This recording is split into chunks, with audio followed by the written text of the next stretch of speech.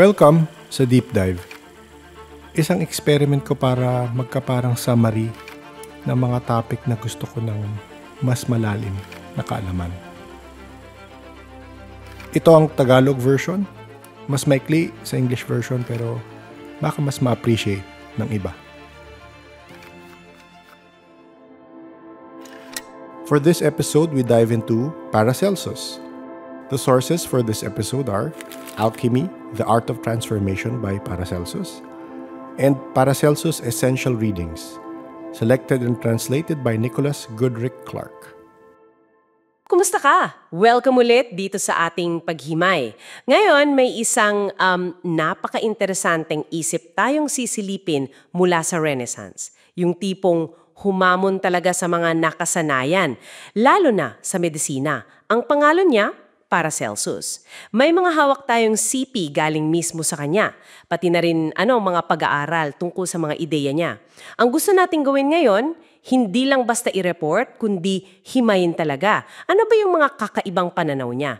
Paano niya ba nakita yung connection ng tao, ng kalikasan, ng buong sansinukop? Tapos, ano kinalaman ng alchemy at mga bituin sa paggagamot? Sige, simulan natin. Oo, at magandang simulan agad dun sa pinaka-basic concept niya siguro, yung pagtingin niya sa tao bilang isang microcosm, bali parang maliit na version, isang salamin ng buong macrocosm, yung universe.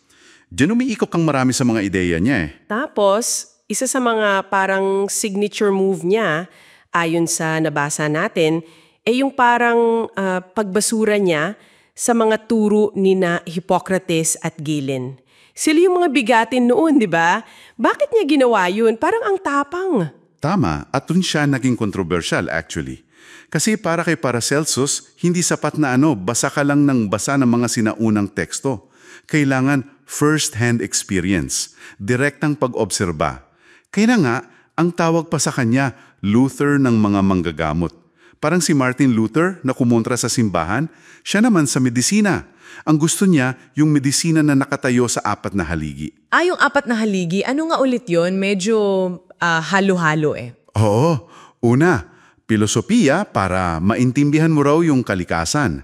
Pangalawa, astronomiya kasi nga may koneksyon daw tayo sa bituin sa langit. Pangatlo, alchemy. Hindi yung paggawa lang ng ginto kundi yung parang pag-extract at pagpapadalisay ng gamot mula sa kalikasan. Tapos yung pang-apat, virtue, yung parang likas na kapangyarihan o integridad ng doktor, ng pasyente, pati ng gamot mismo.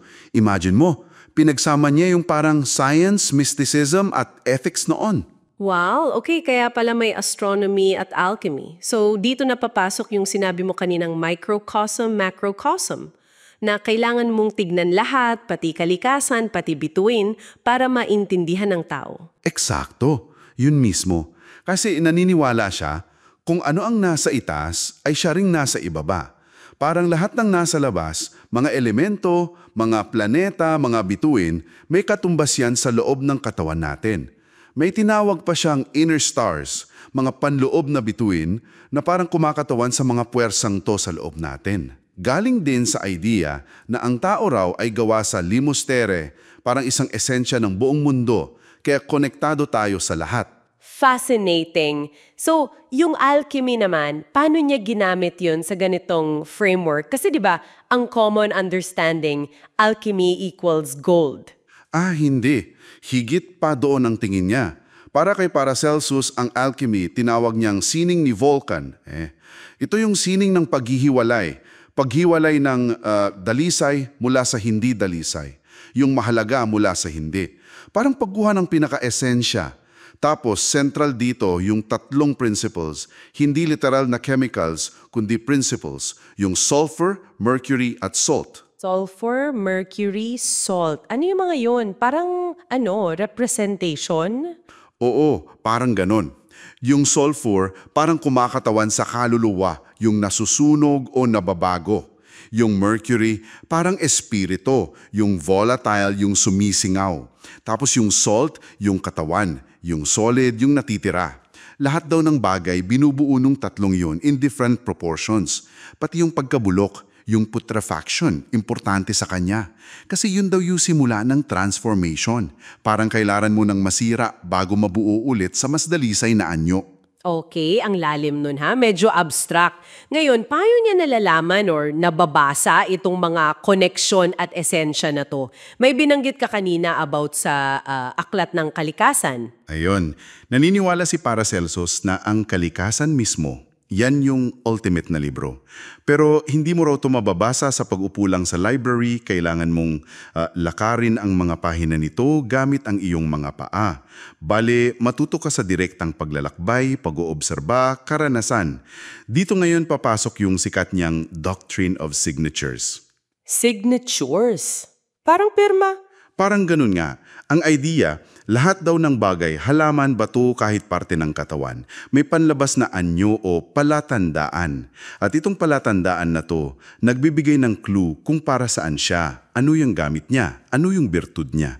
Halimbawa, yung hugis ng dahon ng isang halaman, baka kamukha ng isang organ sa katawan, so baka gamot yon para doon. Pati yung pagbasa ng palad, chiromancy o yung pag-aaral ng muka, physiognomy, para sa kanya, paraan din yon para mabasa yung mga signatures na to. Ah, okay.